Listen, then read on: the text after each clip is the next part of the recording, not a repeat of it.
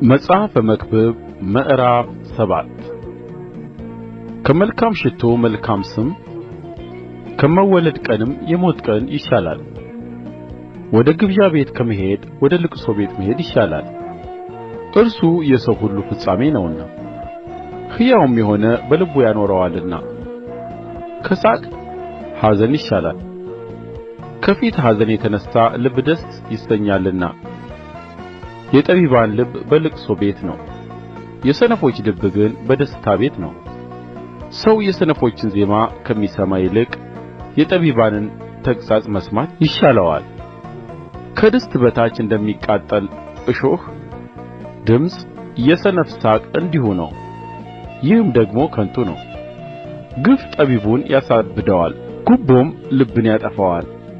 የነገር ፍጻሜ ከመጀመሪያው ይሻላል፣ ታጋሽም ከትዕቢተኛ ይሻላል። በነፍስህ ለቍጣ ችኩል አትሁን፣ ቍጣ በሰነፍ ብብት ያርፋልና። ከዚህ ዘመን ይልቅ ያለፈው ዘመን ለምን ተሻለ ብለህ አትናገር፣ የዚህን ነገር በጥበብ አትጠይቅምና። ጥበብ ከርስት ጋር መልካም ነው፣ ፀሐይንም ለሚያዩ ሰዎች ትርፍን ይሰጣል።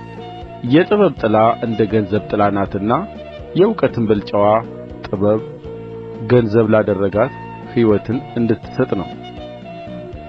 የእግዚአብሔርን ሥራ ተመልከት፣ እርሱ ጠማማ ያደረገውን ማን ሊያቀናው ይችላል? በመልካም ቀን ደስ ይበልህ፣ በክፉም ቀን ተመልከት። ሰው ከእርሱ በኋላ መርምሮ ምንም እንዳያገኝ እግዚአብሔር ይህንም ያንም እንደዚያ ሠርቶአል። ጻድቅ በጽድቁ ሲጠፋ ኀጥእም በክፋቱ እጅግ ዘመን ሲኖር ይህን ሁሉ ከንቱ በሆነ ዘመኔ አየሁ። እጅግ ጻድቅ አትሁን፣ እጅግ ጠቢብም አትሁን፣ እንዳትጠፋ። እጅግ ክፉ አትሁን፣ እልከኛም አትሁን፣ ጊዜ ሳይደርስ እንዳትሞት። እግዚአብሔርን የሚፈራ ከሁሉ ይወጣልና።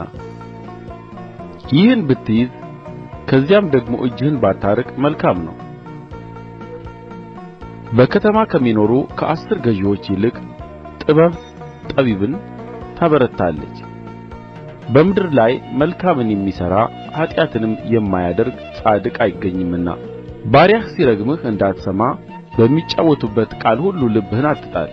አንተ ደግሞ ሌሎችን እንደ ረገምህ ልብህ ያውቃልና። ይህን ሁሉ በጥበብ ፋንታ ጠቢብ እሆናለሁ አልሁ፣ እርስዋ ግን ከእኔ ራቀች። የሆነው ራቀ እጅግም ጠለቀ፣ መርምሮ የሚያገኘውስ ማን ነው? አውቅና እመረምር ዘንድ ጥበብንና የነገሩን ሁሉ መደምደሚያ እፈልግ ዘንድ ኃጢአትም ስንፍና ስንፍናም እብደት እንደ ሆነች አውቅ ዘንድ እኔ በልቤ ዞርሁ። እኔም ከሞት ይልቅ የመረረ ነገር መርምሬ አገኘሁ።